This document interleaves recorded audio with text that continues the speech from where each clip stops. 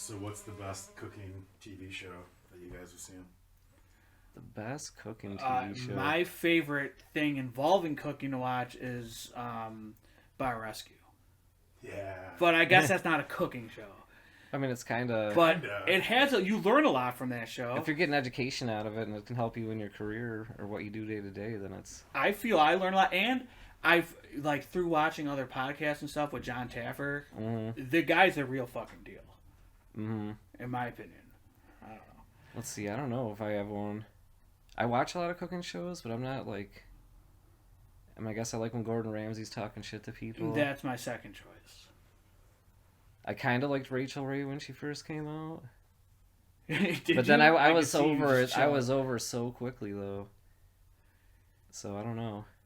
No. Actually, I saw this thing at like a lot of the PBS shows, like PBS from like the 70s and 80s, where you get like the old people on there and they break out some really good recipes. If you hit it at the right time when flipping through the channels. Yeah, like there's one that's Hispanic food, and they have the recipe on there for tamales, which is like a 1,000-step recipe, but that's probably one of my favorite ones. I don't know what happened to that Facebook trend where those videos, I think it was like called Tasty or something, but they would do like those real quick recipes. Oh, yeah. They'd show you how to do it, and then you can click it Yeah, and get I the whole recipe definitely thing. watched a lot of those. That's like the new age of cooking things. It was just real quick, like 40-second tutorials on how to make the stuff. Well, since everything's like kind of an ADD culture right now, and everything's so quick and instant, Yeah. no one really has time to sit and watch a half-hour show, but you got 40 seconds to watch a lasagna being put together.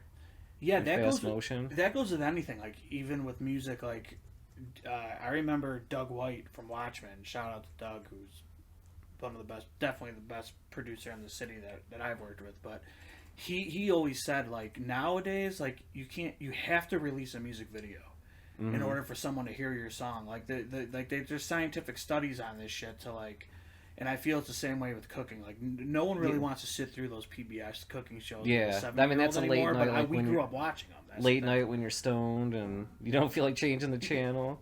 Yeah. And you're like, oh shit, I guess I'm going to learn how to make a cow tongue taco today. Yeah, like that's why I like those cooking shows. You usually see stuff that isn't made all the time, or that stuff we don't touch at all in our work atmosphere or anything like that, you know. But So yeah, how's work been going for you in this, post-COVID or pre-middle COVID time? well, being laid off sucks. But beyond that, I enjoyed it in the middle because we were finally starting to get busy and stuff again. Mm-hmm. You know what I mean? Did you find like a different structure with your kitchen and staff and all that?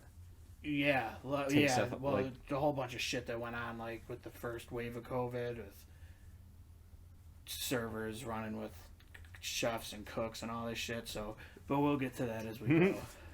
But, Oh, you're having some sultry stories during the oh, pandemic. dude, I just don't know how to actually attack the story yet.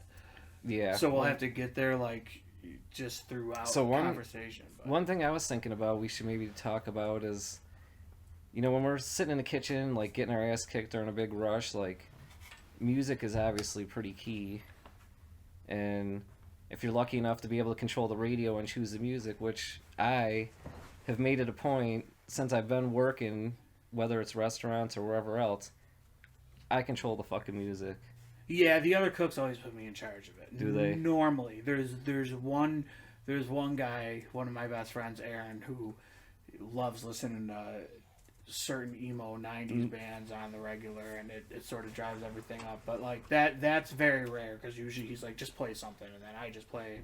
And that's kind of been my justification too. Like, I know so much about music. I listen to different music. Like, I throw them a bone. I throw the workers a bone. Do ya? With music? Yeah, like I'm not gonna play fucking Nickelback or something while I'm fucking working back there. But so let's talk about some bands we might listen to while we're getting killed at work.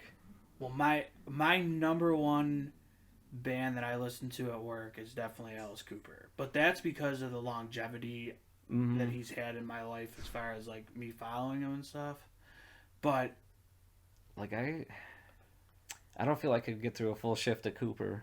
Yeah, you would, because I'll tell you Like- why. This goes into my reasoning behind it, because if the catalog is so diverse, Mm-hmm. and like you could only compare like a 2 to 3 day or 2 to 3 year span of his work to sound alike, and it just sort of, you would dig it more than you can ever imagine, because when you You know, think and I Alice guess like Cooper, since I don't have like the amount of deep dive invested in that you do with Alice Cooper, yeah, so I only know kind of like the mainstream hits, maybe a couple of his more mainstream albums, but I don't know like the B-sides and all that stuff. So, you know, I probably am missing out on a whole bunch. that's of the thing things. with him. He has records of fucking B-sides. Like, And- literally full albums that nobody fucking knows about. And also like when I'm at work, I need something with a certain kind of feel to it. Like I either need like a low energy, like spiritual reggae type thing, Yeah, I get that. or I need like some fast punk or hardcore, or maybe even like some heavy rap. Yeah. Yeah, So that maybe that's like when I hear Alice Cooper, that doesn't kind of fit the criteria, so I probably wouldn't put it on. Like for me, one of the main ones I've been doing probably since I've been working has been Less Than Jake. Alright, to sort of keep you upbeat And and stuff. you know, Less Than Jake is definitely one of my top 5 bands of all time. Like you'd ask me any day of the week what my top 5 are, and like 4 of them are going to change probably, but Less Than Jake is always on that list. See, that's where we differ, but we, like, Real Big Fish, like, would have been on my list if I didn't overplay the shit out of them, which I'm surprised you haven't done with Less Than Jake yet. And the thing, well, because with Real Big Fish, like their first 2 albums were good, but then, like I said before, when we've talked privately about it, after Matt and Scott left the band, like it was a different vibe. Yeah, absolutely. And then all the albums that came after that, you know, they're just trying to work on the success that they had from the formula for the first 2 albums. Less Than Jake did play the best, one of the best set, probably the best set I've seen in ska or punk ever, headlining over Real Big Fish with the Price is Right You know, the thing. funny thing about that is like, I remember when that happened. I remember the show came to town, and I think I was probably one of the times I'm going crazy, which happened a lot back then. And that was right in the pinnacle of me at work listening to Less Than Jake all the time. And it was one of the few shows I had bought tickets to go to by myself because nobody else was around to go to it. But at the time, like my brother was like into drugs and shit, and he came over to my house and he was kind of hanging around, and I know he was gonna like steal some shit. So I had this envelope that had my tickets and some money I had set aside, and I stashed it under a speaker in the corner of my room. And he was over for like 3 or 4 days. And then the day of the show, I'm like, I had taken the day off of work and everything. Go to get the ticket, like pull the envelope out, leave, go to get gas. I didn't even look in the envelope until I fucking pulled up to the gas station, went in to pay for the gas, opened the envelope, the money and the tickets were gone. Okay, so we know what he did with the money, but what did he do with the tickets? No fucking clue. Holy shit. But I was fucking so pissed. Yeah, I would be too. Like probably one of the most pissed I've ever been, because I was like really looking forward to that show, and then hearing about what had happened, like at the show and all that, and how they did it, Yeah. with the Price is Right games and all that, fucking livid. He's your younger brother, right? Yeah, See, that's the problem with these motherfuckers. I know. Like It's you could have took the fucking money and left the fucking tickets. Like what? No crackheads Yeah. going to see Less Than Jake and Real Big Fish. And Streetlight Manifesto played that show, didn't they? They were one of the opening bands. They were. They did. They opened, yeah. And like at the time, I was And like, I believe Against All Authority. yeah. At the time, like I was still like big Catch-22, so I wasn't really feeling Streetlight as much. But over the years, that's kind of changed. I'm complete opposite on that. And they're actually another band that gets a lot of rotation in my playlist. You know, I didn't think about But- them. They're one of the bands that I listen to a lot at work too. Is that epic ska shit that isn't anything like any other ska you can listen to, or music with horns, really. So the funny thing about Less Than Jake is like back in the early 2000s when I was working at One Eye Jack's restaurant for however many years, I think 11. But within my first 3 or 4 years, Wow, you were there 11 years. yeah, Holy shit. within the first 3 or 4 years, like I was listening to Less Than Jake nonstop, and which whatever. But the owner's daughter, like, would always come in, like, there's not a lot of swearing in Less Than Jake songs, but there's a couple that have swear words. Would always walk into the kitchen right when the swear words hit. And be like, James, you gotta stop listening to this or I'm taking the radio away. And...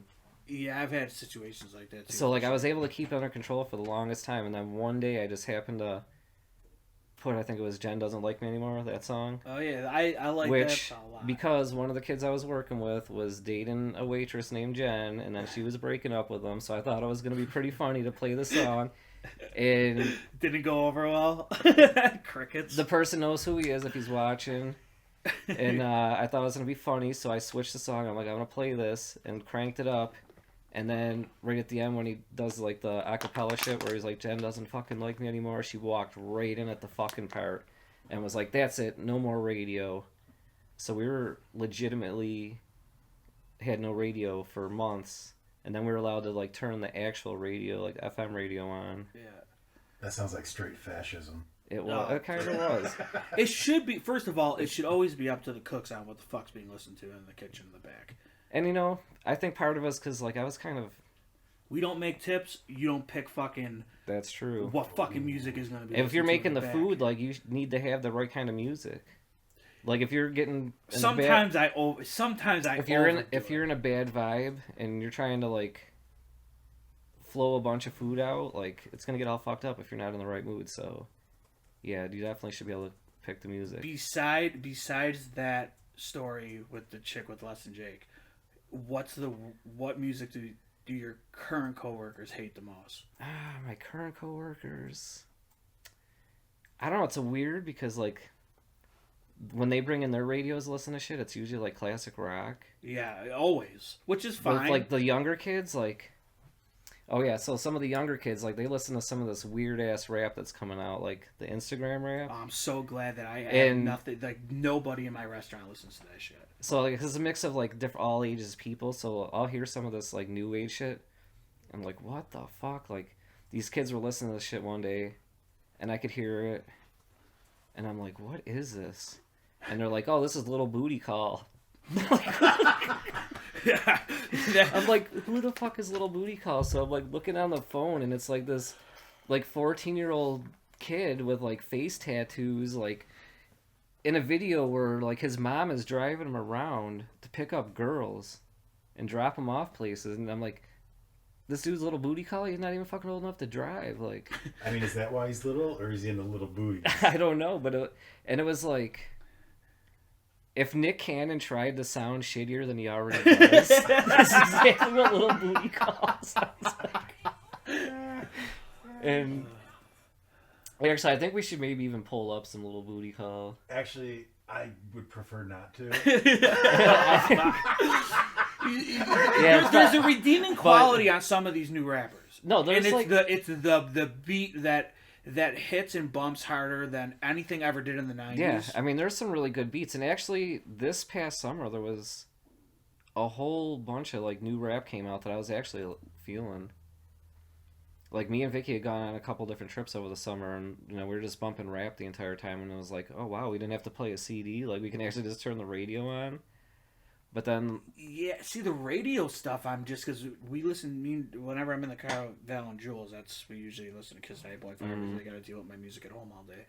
And it's all shit, man. Besides Billie Eilish, but that has nothing to do with rap. But I think she's underestimated as a musician and artist, and there's a lot of them out there now. As far as rap is concerned, I can't really think of anyone that's popular that... Well, the funny thing is, like, and you can ask Bob and any other of my friends, they all... call me Gigi, which is grandma, grandpa, for various reasons, but one of them because they say I drive like a grandma/grandpa. But like, let me tell you something. I feel safe when I'm with James in that fucking car, though. And that's why I have that straw hat too. That's my grandpa golf hat right there. Like listening to some jazz, just rolling down the street. But anyways, listening to like some of them newer rap songs that came out this summer. Like I remember driving through the Finger Lakes. And like this crazy patch of hills, and I'm doing like 85, and normally like in hills like that I'd be doing like 40. So it was pretty solid. The face tattoos though, like what the fuck? Nobody knows how to get like the proper placement of a piece of art that's gonna be on your face for the rest of your life. I had a hard time accepting that people like Lil Xan and stuff that have no, like, they have no knowledge of past rap. They just sort of go out there and mumble shit. That's why the talentless aspect of it is the issue to me. Yeah, well, there's no passion behind it. There's a lot of, I've been seeing this, a lot of disrespect with, some of these newer people coming out. Yeah. And there's a lot of disrespect. They're disrespecting, the legends that paved their way. And there was just a new one, and it was, I can't remember who the fuck it was, and I'm not even going to say, because they don't deserve it, but somebody down in Atlanta was saying, like, oh, he's never listened to any Andre 3000 songs. And, yeah, like... Fuck that dude. Like... Andre 3000, like, he's just now, people are just now starting to realize to put him in that conversation, but he is, without a doubt, one of the best rappers of all time. I have heard his name a lot more being and put in the conversation. And it's just been coming up lately. But Outkast were fucking huge, though. Yeah. They were huge in the early 2000s? Late 90s? Well, that's because the South got something to say. Yeah. Yeah, I mean, are they even like is Outkast... Like, they're kind of on hiatus, like... They've been for a while, though, right? They put out stuff a little bit here and there. Big Boy's been still doing stuff. Yeah, he actually played here, like, within the last 2 years or something at Ballroom, I think. One of the best actually the best rap show I ever seen was Outkast at UB. I'm trying to think who the fuck opened for him. It was on the Stankonia tour, and they fucking killed it, like... Andre 3000 came out. He had like this crazy ass like white wig on. He was wearing like these fuzzy ass pants. And catcher in baseball, they have this chest protector that goes all the way down. So he had the baseball chest protector, and they came out and ripped that stage down. The only thing that sucked though is there was like these kids sitting behind me, and they were smoking these like shitty joints at commercial, and they left the seeds in them. Oh, so the fucking seeds were burning, and it gave me like this huge headache. Man, who did they have open? I want to say they had like some R&B singers open for them. Oh, that's pretty cool. Because those student union shows usually just all be put together with fly-in dates. Mm-hmm. So, like, I seen the Busta Rhymes, Missy Elliott Godsmack show at UB, which is very weird. There was a Rage Against the Machine Marilyn Manson show I missed there. It sold out by the time, like, the day of the show I was going there to find out. At UB? Yeah. Yeah, that's cool. That was a great place to see shows. George Clinton there a few times. Real Big Fish, I've seen that. Real Big Fish open for George Clinton. Oh, wow, really? Back in 98, and I still have the sticker on my main guitar that I bought from that show. Yeah, that'd be real. Back when I was still... Real Big Fish didn't overstay their welcome in my brain for however long. I love those alumni arena shows. UB was a great place to see shows. There was Wu-Tang Clan and Our Lady Peace. That's weird as fuck. How did that work out? That was pretty funny. I actually remember because, like, you had a lot of, like, weird Canadian whiny kids, and the other half was the hood. Yeah, yeah. And Our Lady Peace played first. So it was a lot of people, like, from the hood trying to, like, being exposed to Our Lady Peace for the first time, kind of, like, what the fuck is going on? Right, yeah. But they were also, like, when you're trying to force, like, you're excited and trying to rock, even though the band really sucks. There's a lot of that going on. I seen, I told you about the Queens of the Stone Age show there, too. Yeah, holy fuck. Which was great. That was with Dave Grohl drumming on the Songs to the Death tour. It was amazing. But Zwan headlined, which I know you're a huge Billy Corgan fan, but... I don't even know what happened there, and I didn't know nothing about Queens of the Stone Age with Dave Grohl, like... Yeah. Where the fuck was I? Well, Queens of the Stone Age wasn't fucking Queens of the Stone Age yet, though. I mean, no one knows had just... there was but I'd already known about him just because I knew Grohl was on that project. Yeah. Yeah, and I think the only time... And Dashboard Confessional opened acoustically, which, again, like, so bizarre. And Zwan going on after, like, literally 3/4 of the audience left. Yeah, Queens of the Stone Age played, complete bedlam. All huge college kids. I was like 15, or I was 16. My brother was like 14, 15. And it was a very, very brutal but amazing show to see. I could only even imagine. Actually, I think I've seen the Boss Tones twice there. They used to come to town so much, and we used to fucking just run into them at shows all the time whenever they'd be around. that Dickie gave me a shout out at a show there when I was in the crowd. That's when I was still like wandering in crowds and trying to be active. Now I'm trying to be the farthest the fuck away I can be from people. I was really... Unless it's a Ween show or a George Clinton show. because you know what shows you can go up to and not really have a problem at. That's it. Like, for me, the only show I'm going to go up front is a Ween show. Probably. And that's why I like those outdoor Ween shows, because they're normally not packed. Mm-hmm. Like, any of them. Pittsburgh wasn't bad. It felt like there was, like, no one at that camping trip we did. Yeah. That they played, because it was such a big area. Cooperstown, yeah. It was such a big area that... It didn't even feel like everyone, like, because the whole... Even when we went to Central Park and seen him back in, like, 2010 or 11, like, we were front row there, and it was, like, a nice space of people. Which, actually, you know that the same day that show was happening, Madonna was filming a music video in Central Park? I heard the story about Holy that. shit, really? Yeah, that's interesting. And then, like, she was complaining that Ween were doing their sound check and it was too loud. So she was trying to get her people to go over and, like, shut the Ween show down. That's cool. It pisses me off when fucking British people come over and start causing problems. Why? Madonna's not British. She's from, pretty from sure. Rochester Hills, Michigan. Which actually, when I was working in the hotel, this guy used to come in twice a year. This little old guy, Walker, is probably about 90 years old. And I kind of got used to seeing him come in because I worked there for like 2.5 years. But I used to have relatives that lived in Rochester Hills, Michigan, so I've been out there before. They worked at GM? And, yeah, actually they did. Yeah, because you live there, or you live in Auburn Hills, you could work for GM. But, like, you know, a little higher up in GM, not just the line workers. But anyways, the first time I checked this guy in, and I probably checked him in 5 times in a 2.5 year period, he was from Rochester Hills, so I was like, always making jokes with all the people coming in. Oh, Rochester Hills, like, I've been there before. That's where Madonna's from. He's actually Madonna's family doctor. Oh, and, wow. like, still, like, is pretty much retired, but he does still consult with, like, her family, and was her doctor until she was, like, 14 or 15 or 16. Oh, okay, so, like, they're pediatrician. Just the whole, like, general family. But the whole family. Yeah, that's pretty interesting. There's got to be a lot of stories there somewhere. I know. We didn't get into, like, the Madonna 14-year-old abortion stories or anything like that. Oh, yeah. Crazy. Not to say there was, but you never know. You never know. Her, you know, it is. There's a lot of accusations going on today, and I'm glad I ain't fucking spewing out any of them. British abortions. And, I don't know. I don't know, bro. I don't know. It's just pretty random to have, like, Madonna's doctor come in. You see him, like, 4 or 5 times over a couple-year period of time. Yeah, you know who doesn't appreciate that comes across, like, semi-celebrities once in a while is my sister-in-law. She manages a Starbucks, and Lex Luger, the wrestler, who allegedly killed Miss Elizabeth, like, in real life, for real, but nothing ever happened to him about it. He's from Buffalo, and he, like, has this issue where he's in a wheelchair and stuff, but he always goes there. And then William Fichtner. You guys know who William Fichtner is?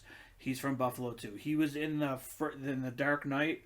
He's the one that gets the bomb put in his mouth in the beginning bank robbery scene. And he's also, like, he's in a lot of shows now, too. He's also... It's nice that, you know, Buffalo's so well known. Your biggest actor fucking was the guy that got his face blown off at the beginning of a Batman Well, movie. no. He had a big role in the Michael Bay Teenage Mutant Ninja Turtle movie. Name.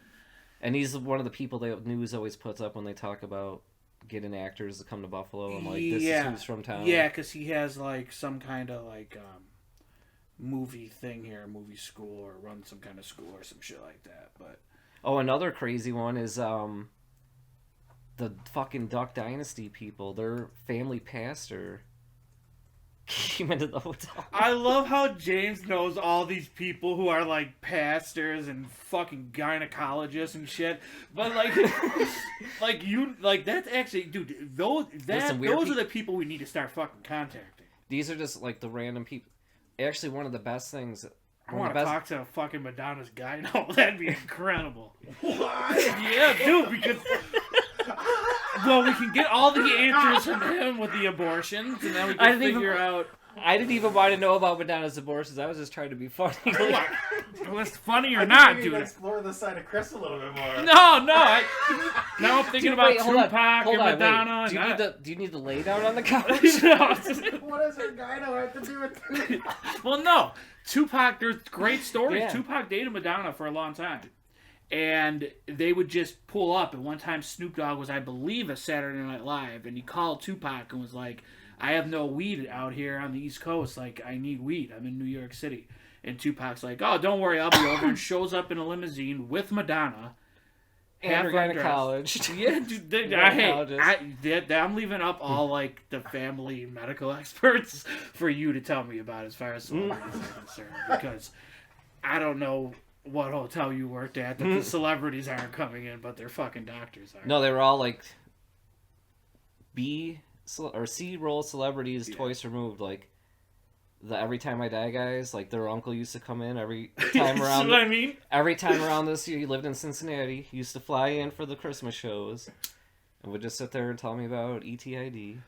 See, that's sweet, though. Which was... No, go ahead. What were you going to say? I was going to say, I'd tell you about the time I was in Barcelona trying to catch a plane, and I was in line behind the sex doctor for the 70s Philadelphia prostitute bullies. That would be the most, like... See, that would be one of the best conversations to have. Yeah, I could only even imagine. I was in line for 45 minutes, almost missed my flight, and it was so worth it. I never knew anything about the Broad Street Bullies until Rob Zombie was going to do a movie on them. Like, that was going to be his next movie project. He was trying to branch out. Somebody ended up doing that movie, I thought. There's, I think a documentary just came out about it. I did watch that. But that was who? The Flyers? Yeah. Well, they had just gotten their hockey team, and they were so shitty, and nobody in Philadelphia cared about them, so their ownership brought in, like, just the gooniest people. Well, so is that what Slapshot is based off of, then? Or does Slapshot predate that? It's about the same time. It's probably like a parody of it, because it has to be. That's where, like, the hockey culture in the 70s, that's where it went to. Like, it took about half a season.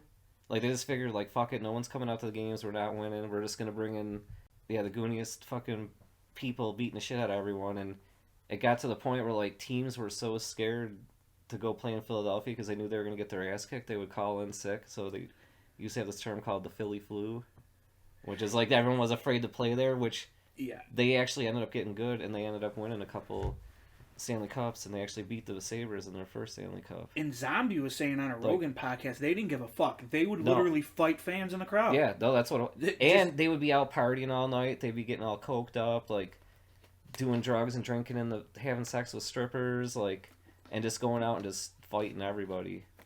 Top 3 hockey movie, go. Top 3 hockey movie? I just watched this thing about Bob Probert, which was pretty sweet. Top 3? Oh, yeah.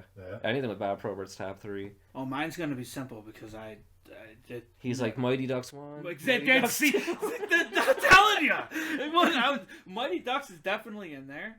It's Slapshot's in there. It's a great fucking movie. And Enforcer. That's a good one. And then... What else? You guys are fucked up. You haven't even said the best 3 yet. Okay, go ahead. Name one of them. Youngblood. I don't know Youngblood. Fuck you, Rob Lowe's first fucking, like, movie, or it was Keanu Reeves' first movie. Was it? Oh, Kiefer Sutherland, like, Tea with Mrs. McGee. Oh, dude. I'll check that out. Yeah. That was so far off my radar. Oh, dude. What's the next one? Goon. Oh, yeah. That's a fucking great one with Sean William Scott. The second one's really good, too. Have you seen the second one? I didn't think it was as good. They relied too much on the humor from the first one. But I still thought it was sort of like Bad Santa 2. Still a good fucking movie. What's number 3? Dude, Mystery Alaska. See, I'm thinking like document. I'm not thinking like cinematic. I'm thinking fucking family adventure films. I got Mighty Ducks, D3. Those were some sweet ass jerseys when they came. I'm glad that they went back to alternate jersey with the logos. Oh, who, the Ducks? Yeah. But anyway, so now that we're out in left field, kind of struck out. We got to change sides, so we were talking hockey. Then you just went to baseball. We're doing baseball now. Whatever, man. I'm not Baseball. talking about whatever. I don't know. Like now we're just throwing curveballs out there. Like I guess we're doing baseball. Yeah. I guess. no music that we listen to at work. Yeah. All right. Go ahead with. Just because, like, when I was saying about the Les and Jake, we got our radio taken away, which I was kind of pissed about. But I'm like, back then, I was obviously a little bit different of a person, a little more attitude, a little more angst, I guess, a little harder to get along with. Most sass. Sass. I was Sassy waiting for a good James. adjective for it.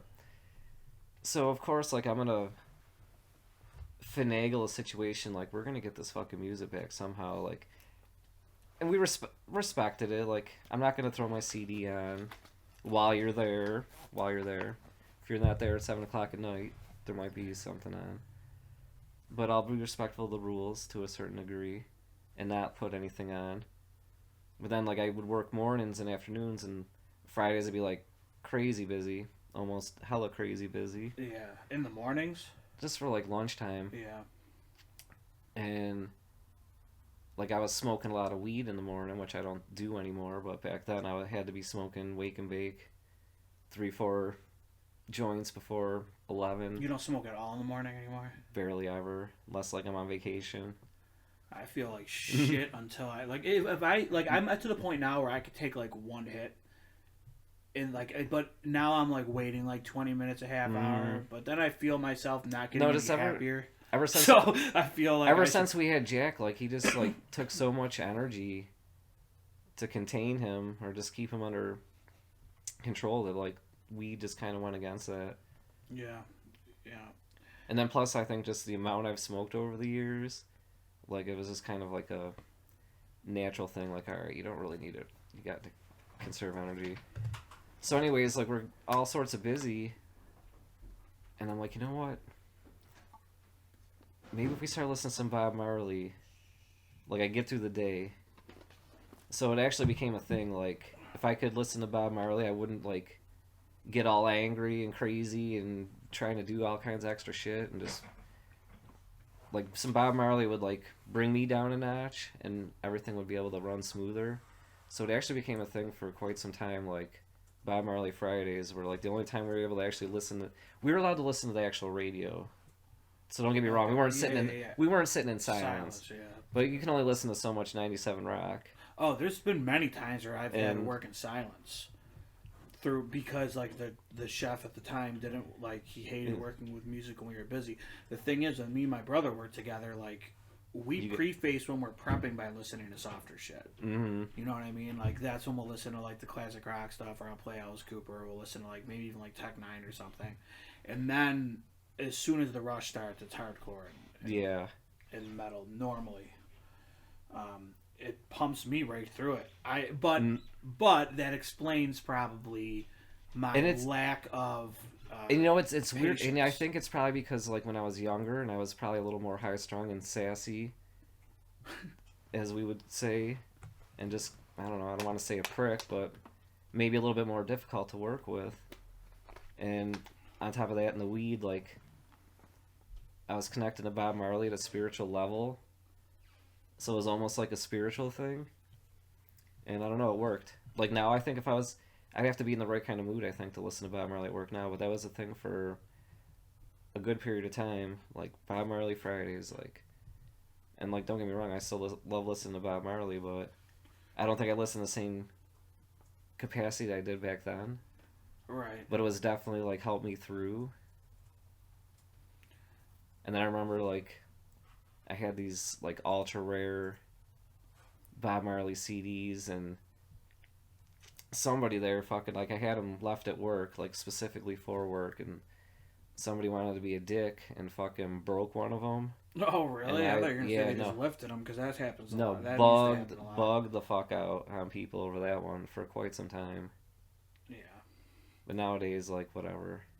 I more get pissed when the front of the house isn't doing their fucking job, and that's when I start getting angry. And if I have angry music on, I feel it gets a little bit more fucking, I don't know the word, intense than it probably should.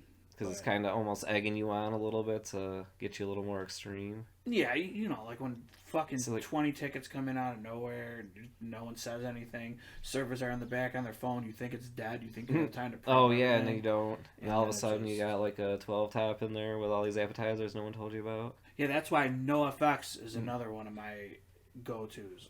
You know what? while Like, cooking. at all times, like at least 2-3 times a week when I'm working full weeks. You know what? I could almost agree with you on that one because NoFX does get a lot of airtime in my. All the way back to the. Big catalog. You don't have to. You don't really have to repeat shit. Like, it's not like they're working off of 3 albums. Like every album has, except everything after Coaster is hit or miss. You think? Yeah, I do. No, well, not the EPs. When they're releasing these EPs, it seems to be a lot better than their full record. Like I didn't think Self Entitled was that good. Yeah. Actually, I think the last thing for me was Pump Up the Volume.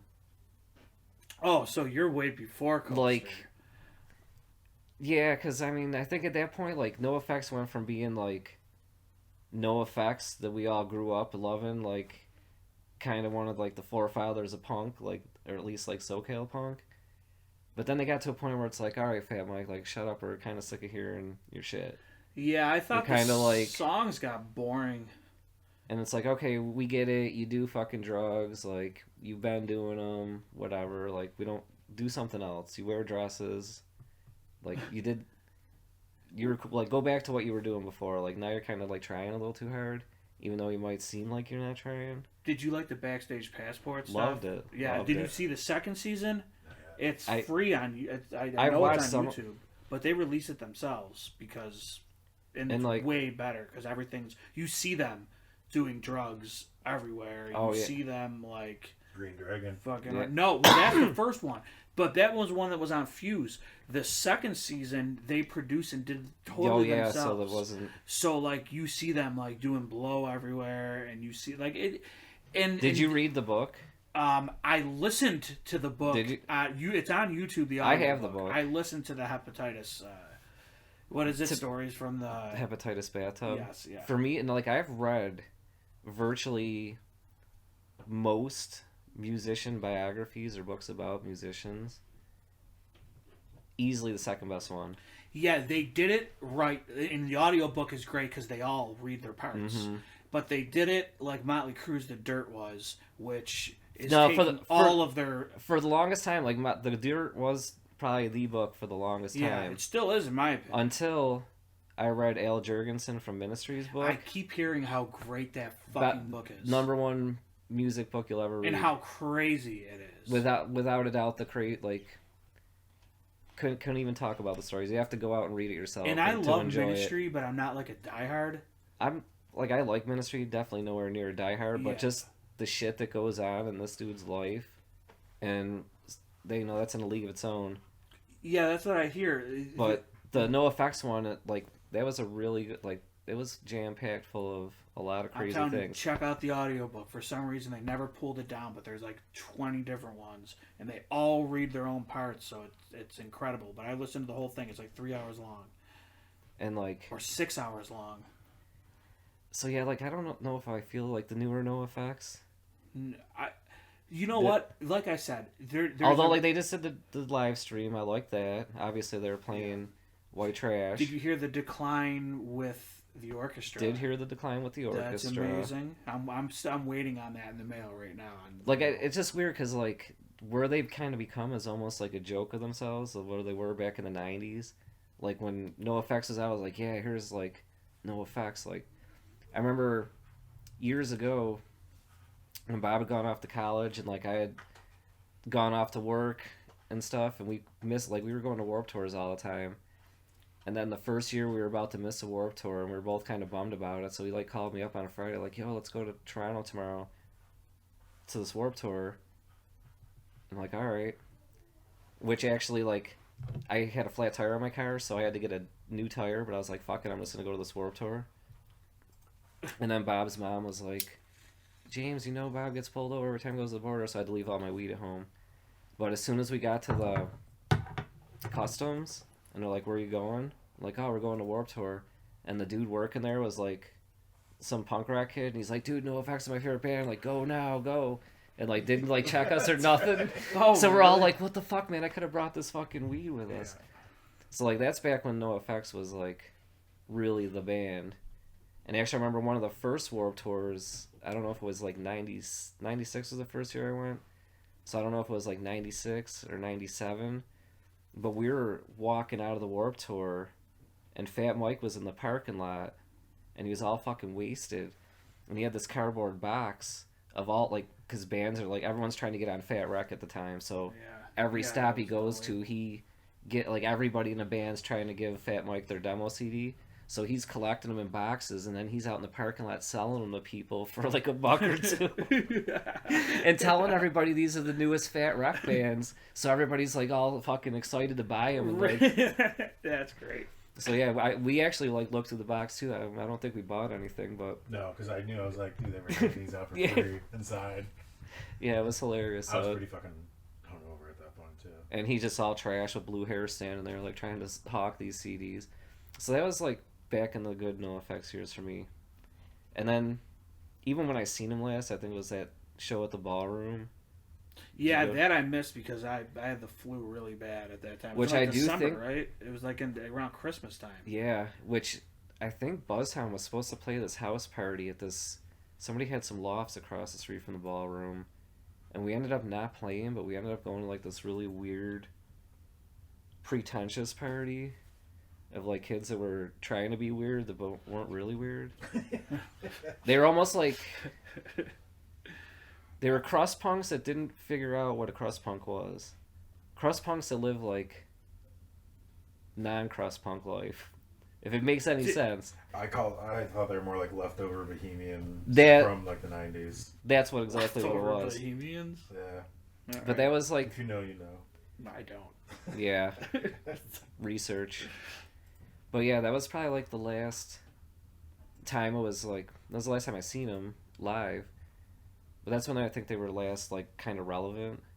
Right. Yeah. Well, I remember that being huge. I had tickets sold out, and they were still. That was a really good show. Like, and you know, didn't Streetlight open that or something? I don't remember who opened that show. It was somebody like that, or someone of a bigger name for sure. Yeah, it was. It wasn't MXPX. I think it was like Lawrence Arms 2 or something. I think the Lawrence Arms might have been there. There was like 2 bands opening for him. I feel like maybe MXPX. No, but NOFX has released some decent shit in that time period. There's an EP called First Ditch Effort. I listened to First Ditch Effort. Amazing. That was probably one of the better, newer things I heard him do. But yeah, like I didn't think Coaster was that great, and that's where you could sort of see the drop off. Mm-hmm. It's funny that you say Pump Up the Volume though, because that was sort of like in the beginning of their climb up. I think. You think their climb? That was like late 90s, wasn't it? No, wasn't that like the early 2000s? That was like 2000. No, you're probably thinking of War on Errorism. Wasn't that was after Pump Up the Volume, wasn't it? Yeah. Yeah, it was. So you didn't like Wolves and Wolves Clothing? Oh, I did. You didn't? I was hit and miss for me. It's probably their best album cohesively. I think it's some of Smiley's best drum work. Oh, musically, it's the best produced and best rehearsed record they have out. Yeah, I think it's amazing. And maybe because it's, I mean, I guess I'd have to go back and re-listen to it. So was the EP. What the fuck was that one called? But maybe like a slick and overproduced NOFX isn't really like... Oh, Never Trust a Hippie. That was the EP? That was the EP that came out right before... What record are we talking about?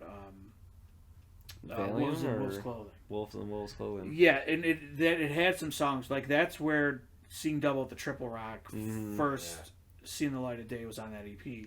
Pump Up the Valium was 2000. War on Errorism was 2003. Wolves and Wolves Clothing 2006. Coaster was 2009. Yeah, so I guess, you're right. And they've released an album since then, self-entitled, and I believe they released a full-length after that, too. First Ditch Effort. One thing Yeah, that was a full-length. All right, that one's okay. That one's good. I was actually at work listening to NOFX the other day, and I was listening to, I think I was listening to White Trash first, and then Punk and Drublic. And I'm, like, sitting there listening, and I'm like, obviously you can tell the change of Fat Mike's voice from back then to how he sings now, which isn't... a big change, but your ears will definitely, if you sit there and listen to it, your ears will fucking know. I think a lot of that's quality too, but you're right on his voice sort of changing over time. But like just like the flat key he was singing in, I'm sitting there listening to it, and like I'm working with like someone that's a little bit older than me, and then someone that's a lot younger than me. They have no fucking clue what punk rock is, let alone what NOFX is, and I got the shit blasting because I'm trying to sweep up and get the fuck out of there, and I'm like listening to it, and I'm like, holy shit, like. If I didn't grow up with this band, I kind of think this dude was annoying. Yeah, my brother. Like, really I didn't realize it took like... me 25 years to realize like that particular recording was just like really bad vocals. Yeah, Tim's all over the board with music, but he hates early NOFX, but likes later NOFX, like from Pump Up the Volume on, probably because of the harmonies were more present, and his voice was a lot better in my opinion. Yeah, and I definitely like. Having Hefe in the band definitely helps. For sure. Because, like, he seems to be the one that, like, has most of the talent and can kind of push them guys. I thought vocally, let alone musically, they sounded great on that stream. Mm-hmm. Oh, yeah, for sure. All the way through. Then I'm looking forward to the one on New Year's Day, hopefully. That'll be... playing Punk and Drublick.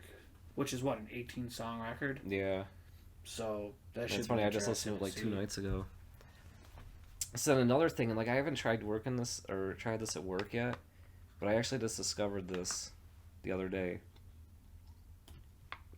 Obligatory sip before story. So I'm like doing this research on a exoplanet found outside our solar system, sending radio signals to the Earth. All right. Somewhere along the lines, I like stumble upon frequencies. So I start learning about this. Called the Solfeggio frequencies. There's 7 different frequencies, which were the original key back around like 500 AD when they started writing hymns and monks started having chants. If you listen to the old hymns and chants, like these are sung in these frequencies. Somewhere around the 1400s or so, they changed what the standard tuning was just a little bit differently. So like, you know how on your guitar tuner, like A is 440? Right. It was originally 432. Okay. And there's a corresponding set of these frequencies. And you sing them for meditation, they sing them for chants, but they're... So extremely low. No, I mean, they go all the way from... I think in the scale, I think the first one's like in the 230s. Okay. And that goes up to like a 969, I think. But it's the original 7 scale... Or 7-tone scale for like perfect harmony with the universe in your body. So I started listening to these after reading about this. I'm like, oh, this is kind of cool. And one of them is like each one focuses on a different part of your body, but one of them is like for anxiety and stuff. So I sat there and like listened to it for probably about 45 minutes in the background, and like you can feel this stuff like working in different parts of your brain. So I went through and did each and every one of them and tried them. Did you feel different after each one? one? Yeah, I've been doing it every day for like 3 or 4 days, and like I'll listen to it before I go to sleep. But after each set, do you feel like a different... Yeah, it's kind of crazy. Yeah? So I was thinking about like there's one of the frequencies is like promotes calm and tranquility. So I'm thinking about when I go to work tomorrow, I'm going to put it on like a 9-hour loop and just have it playing in the background, like behind the hood filters. Right. Oh, really? That's interesting. Well, we got like put it somewhere over there. Like I'm gonna hide the sound in it. Yeah. So you don't really know it's there. But so that's something like I would recommend yourself or anybody listening if you want to. There's Solfeggios. This one. Oh, yep, Solfeggio. Solfeggio. Yeah. Okay. And like you can find them on YouTube, like different specific ones, but something I had just recently discovered in the last few days for promoting like harmony. But it looks like it's actually so the whole point of this is for like not necessarily meditation, but like. But they, you can use it for whatever.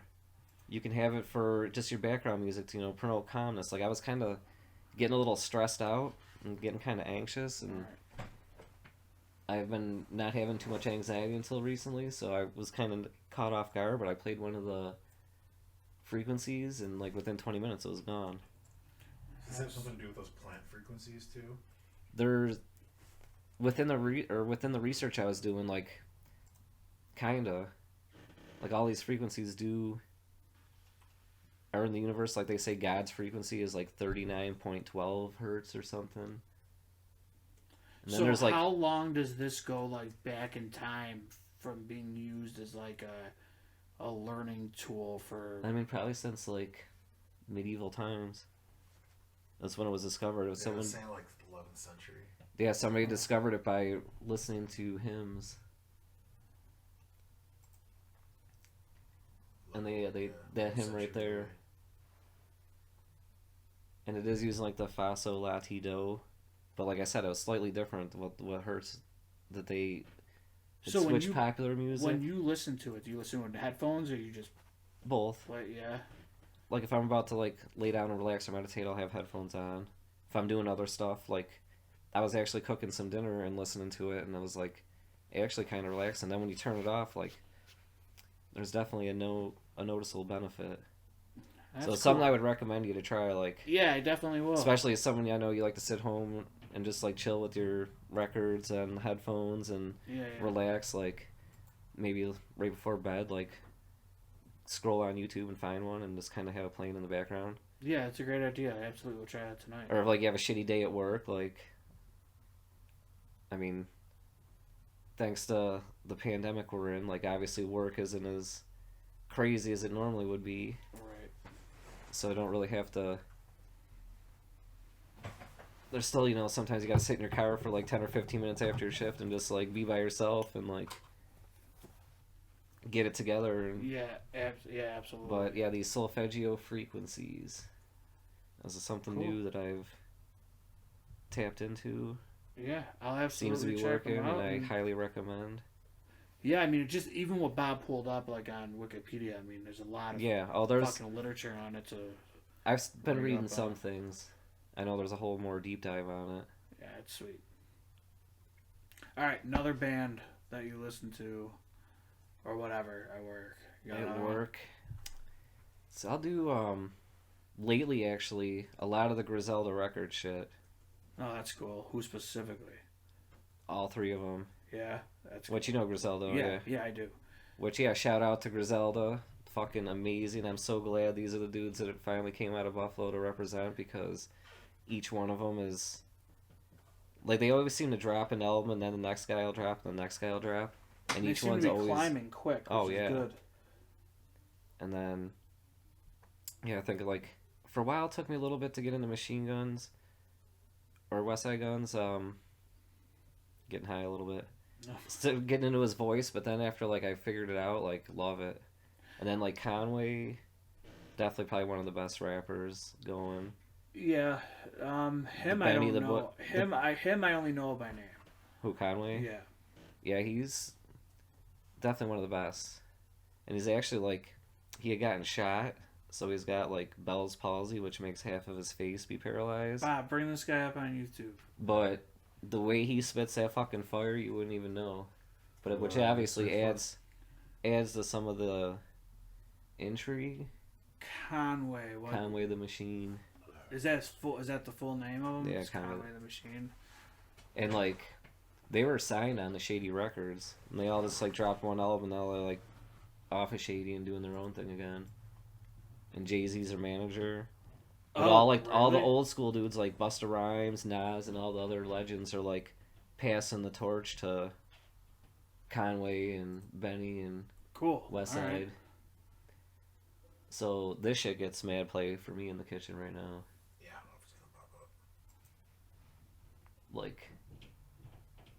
Like I said, the younger kids are listening to all this, like that Jack Harlow, this is the white rapper or whatever. Yeah, His yeah. one song was kind of decent in the summertime. Well, yeah, that's why I like putting on But like for the kids. Little that do, Booty, like, listening to Little Booty Call.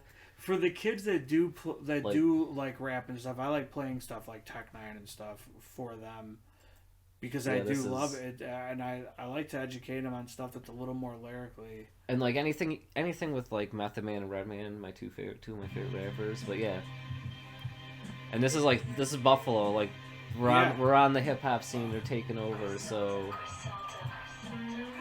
you couldn't pick any better of shit to represent us.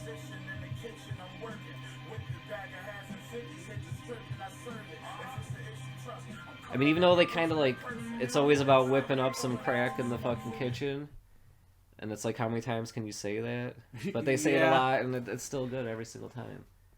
That's what always turned me off about a lot of specific rap, is how, like... But it's like, every time you know, like, they're doing that, like, this is Buffalo, like, I've been on these streets, I've lived on these streets. Yeah, that's like, what's really awesome, is that they're sort of... We've probably been to the same weed houses, like, you're on Shady Records rapping about a weed house I bought weed out of, like... Did Shady Records didn't drop them recently, did they? No, they dropped themselves. Okay. Oh, they did? Because they put out, well, at least Westside Gunn did, like, he put out his debut album and then got off of it. But he wants to just keep it moving himself, like. Right. Why would he give Shady money when he can go out and make his own money? Oh, fuck, look at this. Oh shit. Oh, that was from yesterday. That's what I'm saying. Like right now, like there was just a video of Busta Rhymes. Oh, DMX. Yeah. Oh yeah. Well, you're gonna show it, aren't you? So aren't you guys gonna put it in? I don't know. I thought just maybe you wanted to. DMX is in. God, he's looking bad. DMX and Griselda Records are in the studio together. It's funny. DMX is an old wounded dog. Look at him. The versus battle he did with Snoop, where they were like rapping each other's shit and dancing, was pretty sweet. That was really fucking sweet. Also, did you see him in Celebrity Rehab or like? No, I didn't. The marriage one. Yes, I seen some of that on VH1. Yeah. Funny thing. Your man was fucking withdrawn. Yeah, my man. No, but and then there was X Goes Down in my top 5 favorite rap albums of all time. Oh, for sure. So, when me and Vicky, we lived in Buffalo for like 4 years, and we had a neighbor upstairs, so we got to know her over the 4 years or whatever, and she had 3 sons. Eric's locked away. Peace. Or whatever. One love. I'm high. I don't know what to say. One love. I was trying to say it the nicest way possible, but what the fuck just happened? I don't know. I got high. It's all right. You know that AWWMON song? I do. Oh, speaking of AWWMON, I was not gonna fuck up the podcast. Tell me that you've seen the video. If there has to be no explanation. Did you see the AWWMON video or not? I feel like I know what you're talking about. Okay, then you don't. Bob, pull that shit up. Live in where he's live on stage with the girl. Yes. Yeah. Yes. I think maybe I have. Okay, so anyways, while we're queuing this up, the next stop though, I gotta rock this real quick. And then our neighbor's sons, Eric, big ups, get out soon. Sean, he had some issues, but still our people, and Danny, trying to get better every day. But Danny was locked up with DMX for a while. Oh, was he? Where was that? That was like Cheektowaga? I think it was the Erie County. Oh, they were locked up together. But and you know, Danny and the boys are all from the streets and shit. And they said he was telling us these stories about like X was in there, and he's like every night he's praying and he's trying to like lead these prayers and shit.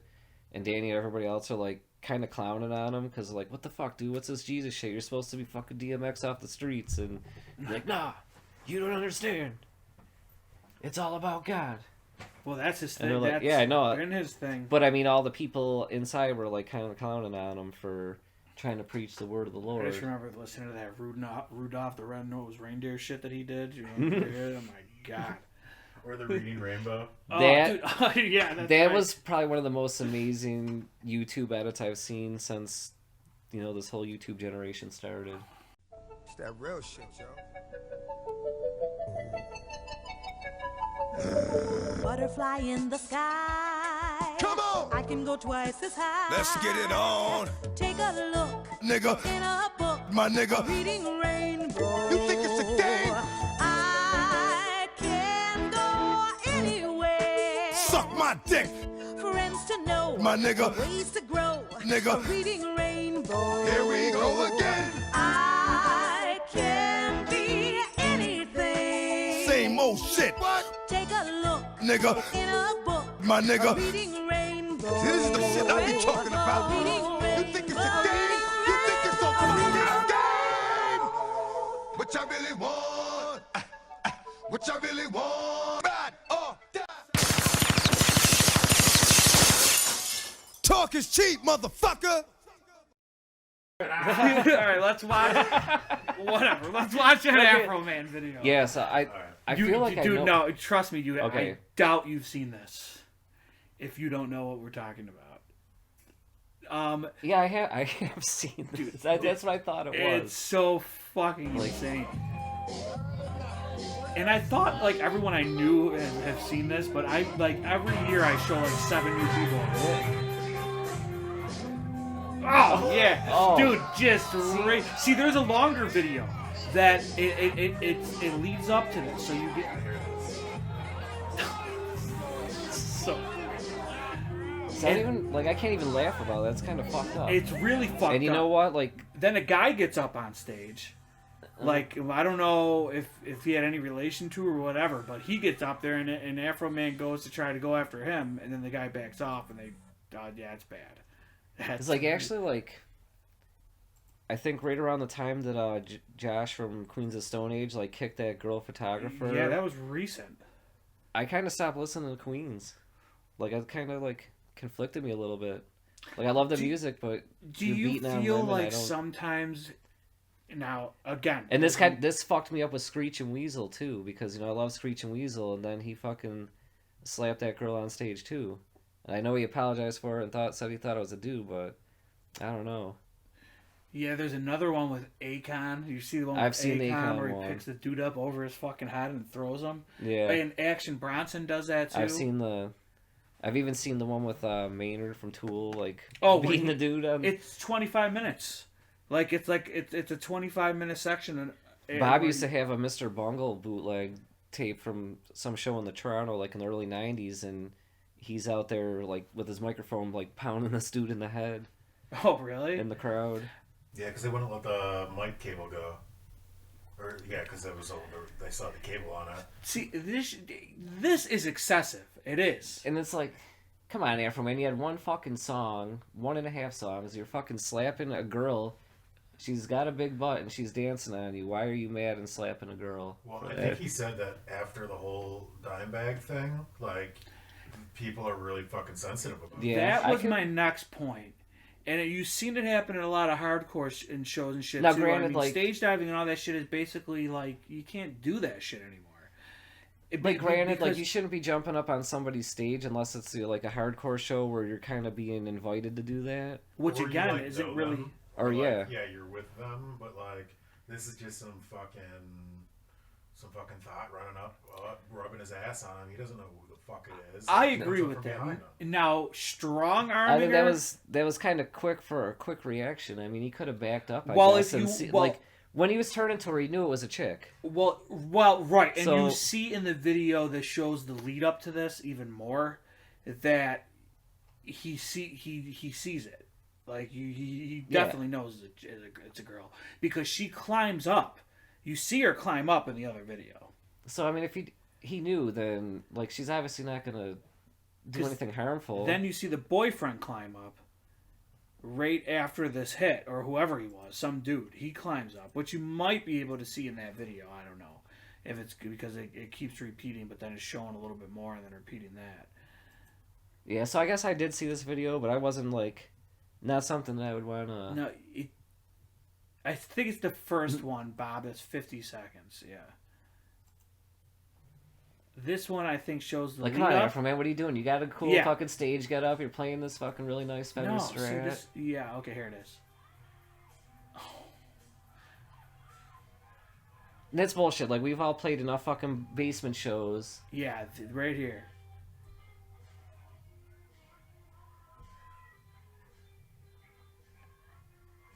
Now you're Totally. right. Well, behind the scenes, You're I don't right. know He who it didn't was. see her, but now you'll see the guy, someone, come up on. But then he's all just stage. like cool about it, like, oh, I just fucking smacked this chick, and then. Come on, bro. Yeah, Louis. Yeah, bro wasn't even trying to do nothing. $330 bond. That Oh, was just that's that? shitty. I think he was just really struggling with that single note solo. I mean, I get it, but I was gonna say, I mean, you think that the joke? he's like, in the I hit beginning- I hit 4 in a row. Like the solo's coming together here. No, that was inexcusable. Like, fuck you, Afroman. And don't say because you got high. I've never slapped any because I got high. That's true. No, that it's inexcusable. It is, but I do understand Bob's point. I get it. I mean, there's obviously, like, he's gonna have some justification for it, and you know, it can be said that maybe, yeah, he didn't know who it was, but we've all played them shows where shit's crazy and people are bumping into you. Yeah. Like, you're in a fucking basement show, are you gonna slap somebody for? No, but again, I mean, That didn't look like a basement show. Yeah, no, that's that's what what I'm I'm saying. That's where the difference comes in. And Afroman should be, first of all, happy he's got girls that want to come up on stage and dance to his shit. So, like, you should be giving him a $5 out of your pocket, not a fucking 5 fingers off your hand. Your man was having a rough day. He tried to squeeze himself into that outfit. It was not working. That was a good outfit too, though. Like, You never know where Bob stands on a situation. I was kind like of this. I was kind of feeling the outfit. I mean, the chains were probably fake. But your man was holding his breath in the fucking Yeah. the whole time. I get it. I gotta wear a suit once. to figure this shit out. Is that what you said? I gotta put on a suit and a vest once in a while. Like, I get it. figure out how to dress. But yeah, I just slapping women, not rock and roll. No. Whack. No, cool. And like I said, as soon as I found out about Queens of the Stone Age, and they had kicked their bass player out, the bald dude with the long ass beard. That Yeah, was on Nick Queens, Oliveri, yeah. because he was fucking beating his wife. Yeah. So for Josh to turn around and fucking slap a chick, I and didn't like, see that. Well, Queens of his Stone was Age the thing. kick, wasn't it? yeah, like kicked, like she was up taking pictures and she had permission to be there, and he just fucking booted her like in the camera and hit her in the face and knocked her off the stage. I don't know if you've seen interviews with your man Josh, but he is not equipped with the Well, I mean, sharpest knife in the drawer. he did grow up in the desert. His Rogan interview's all right. Yeah, but it also. But that confirms dude's exactly like- what And he I'm talks. saying. He name drops Ween. Oh yeah, because him and Dean are good friends. Like, Dean actually played on 3 songs on Queen, or songs from the Death. No, is Yeah. that true? Uncredited. Really?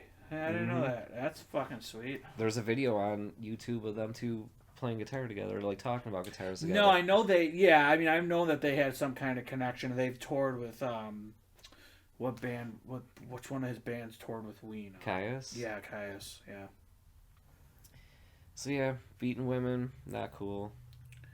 No, Like I I said, agree. like I can't even listen to Screech and Weasel But really anymore. here's the thing, though. If we went by that for all the people that we listen to, that's dude, like that's what you, like. See, people seem to forget, like people like Steven Tyler and Ted Nugent that allegedly married and underage girls just to have them. like, as far as Nugent's Bought 'em from concerned, their like parents. Stranglehold's fucking amazing, but everything else about Nugent is not. Here's the problem. I put His Nugent. politics, his attitude, Nugent's always been in my like- top 5 favorite guitar players since I was very little. like That has marrying changed. little He's the kids. only one where it really has changed my opinion on his music because of his attitude. Is Ted Nugent.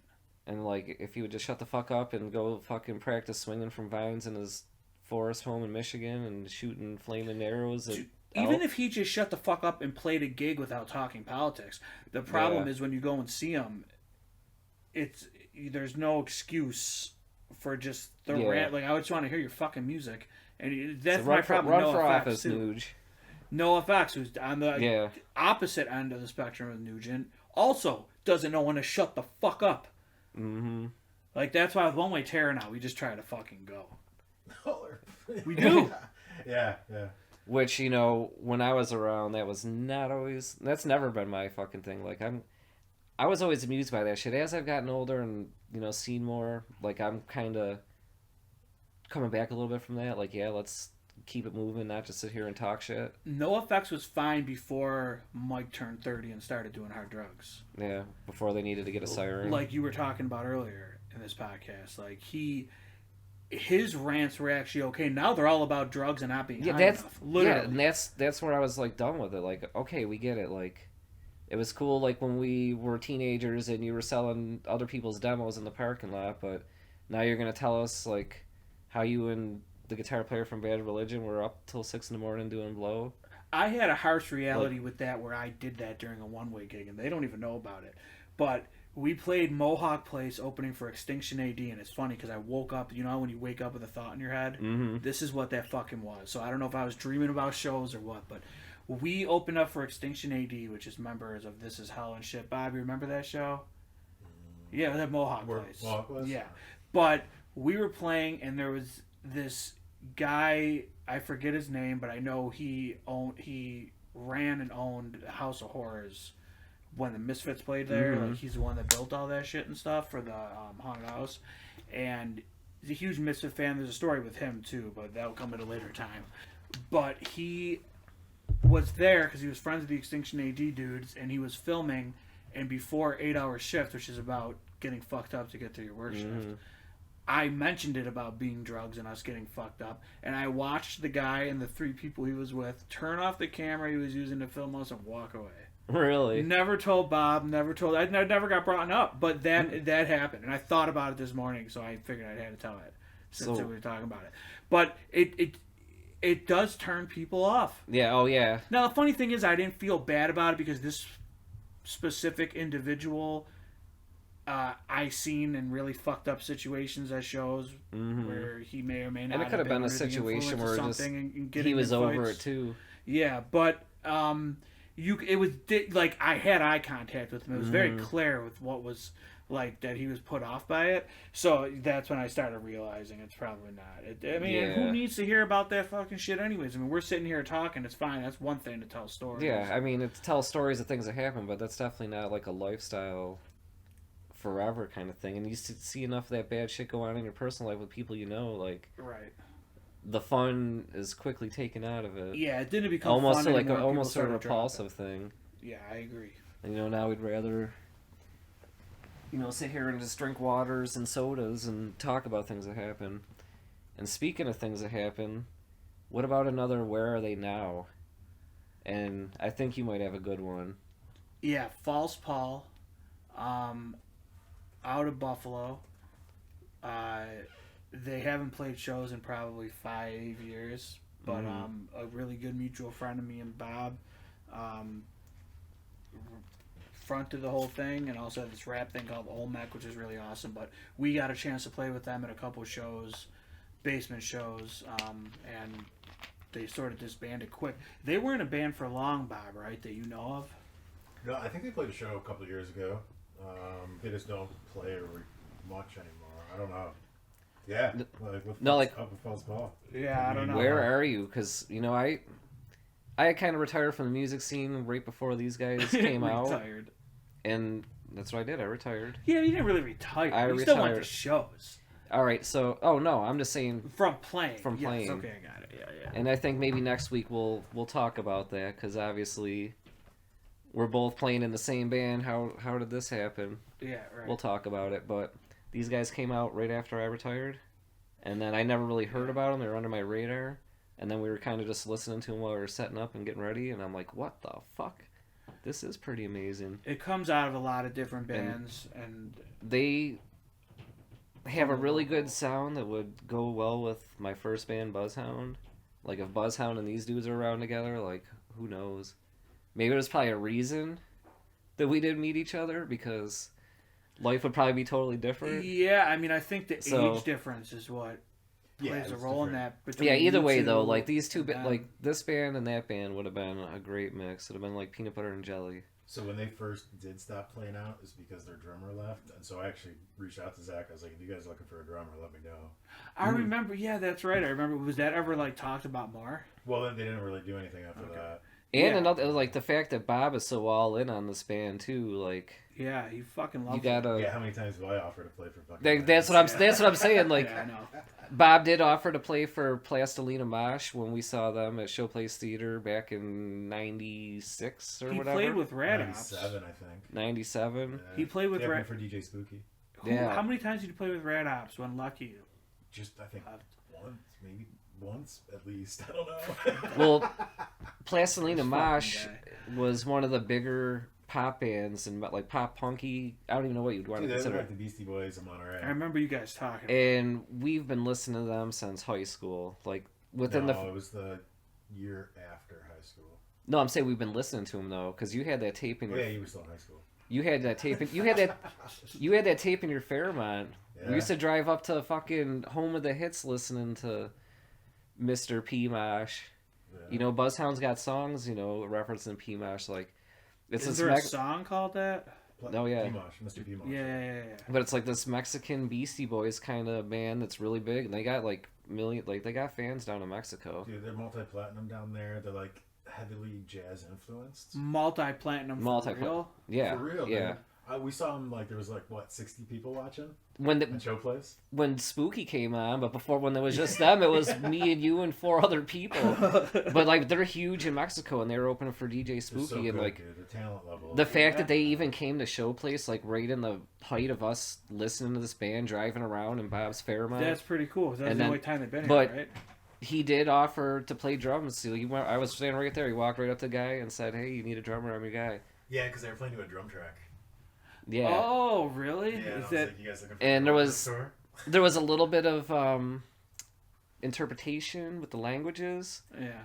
And you know their interpreter probably didn't make it past the border or something, so there was nobody there to translate. But Yeah, I was able to catch like every other word, and it ended. He was like, all right, so all right, man, catch you later, or like, yeah, good talking to you or whatever. And he's like, yeah, man, I'll see you in a few minutes. And I Yeah, was so- like, wait, what? it, Wait, so what? It just yeah, went, like, we I'll see you didn't. later, but the translation like lost Didn't- translation. yeah. So in 25 years, Bob has only ever offered up services to one band, and that just happened to be his favorite Mexican band. But then I didn't even know he offered up services to this band, so we need to know. I don't know who's your favorite out of the three though? P-Mosh, Molotov, or Control Machete? Right? I mean, I'm probably gonna give it to P-Mosh by a slight edge, just because the amount of time we spent listening to it, driving around, and all the albums. But Molotov would be a close second. Especially that there was a Warped Tour we go to, right? And like we had the summer thing we were doing. We'd all meet at Bill's house. We'd get together, take a couple carloads up there. One of our friends happens to be Mexican, like full-blooded Mexican. All right. So we'd always like pregame at Bill's, drive up to LaSalle Park. And there's this Warped Tour when they actually like... Did you get kicked out? No, I was trying to get in. You lost your ticket? I You forgot my ticket. Okay, so they're all fucking wasted at like 8 o'clock in the morning, forgets his ticket, like, and Molotov's this Mexican punk band, and they're playing on like one of the little tiny stages. Yeah, I remember. That band I know. Bob was drunk, and I think, like I said, he forgot his ticket, so he's trying to like sneak in with a 20 instead of, I don't know what exactly happened, but he ended up being there like outside. Were you outside still? No, I was inside. Oh, you were? But I you was were passed out passed- under a speaker. listening to Right in them front of the stage. play. Meanwhile, like, Out of control. me and our Mexican friend Isaiah, like, are 2 of like the 5 people watching Molotov, and since he's the only Mexican there, he understands every fucking thing they're saying.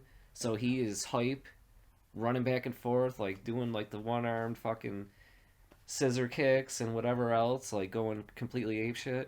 And I remember like thinking like, where the fuck is Bob? Like, he's missing Molotov. Like, this is one of the highlights of the day here, and he's passed out drunk under a speaker, dreaming that he's watching the shit. Because you heard it, I was yeah. hearing it. I was like, So- man, that really sounds like Molotov. I was like, I should try to stand up. So like you might have had like an out of body Holy experience where your soul kind of got up to watch the show, but I don't know, like, Dude, the best part is getting in there. Fucking Grinspoon was on like 3rd stage, and it was Yeah. the second time I seen Grinspoon. And it was the which was first like time an I- Australian punk band. Yeah. Yeah, They're that pretty band I badass. don't know. And before they went all fucking goo-goo with it, they were Did- fucking yeah, they really were- fucking heavy. So who headlined that Warped Tour you guys are talking about? And did you see anybody that night? That was the year Eminem played, I think. Black Eyed Peas, before Snapcase Fergie. with the Bears, I think. No, that Sna- wasn't the Bears. No, that was Lagwagon play. I think that was the last time I seen Lagwagon. That's cool. One of my favorite punk bands. No, that was 96? it was 98 Black Eyed Peas played? before Fergie was in. That's really interesting. Was it Eminem. good? Did you see him? Oh yeah, I was really into them back then when they were actually like a hip hop crew. How many stages were there back then? Like 3? I mean, it was the two main stages. It was like a third, like, middle stage, and there was like a couple, like, whatever stages. Like, Sugar Ray played on the same fucking little stage that Grinspoon played on, like, on the back of a truck. I played Like- I played a Warped Tour with Boss Tribal in a situation. I know. Well, that's a whole other Yeah, story in itself. for So sure. we might as well wrap this up. Let's Yeah. False Paul, where are you now? Where are you now? A lot of love in this room for you guys. Yeah, So let us definitely. know. Well, Like I said, we were just listening to that, and I was like, "What the fuck? This is pretty." A little bit better production value on the one album I heard, and it'd be the fucking album of the year. yeah, or whatever year that came out. Zach's been in the scene since he was really young and in a lot of bands. So hopefully we can get a hold of him and have him in here and we talk to him and stuff. Yeah, that'd be solid. So, Cool. all right, sounds good. See you next week. What? The kitchen is closed, motherfucker. Oh yeah, the kitchen is closed. Sure. Nah, it is now. It is now. I'm sure now. All right, good job, James.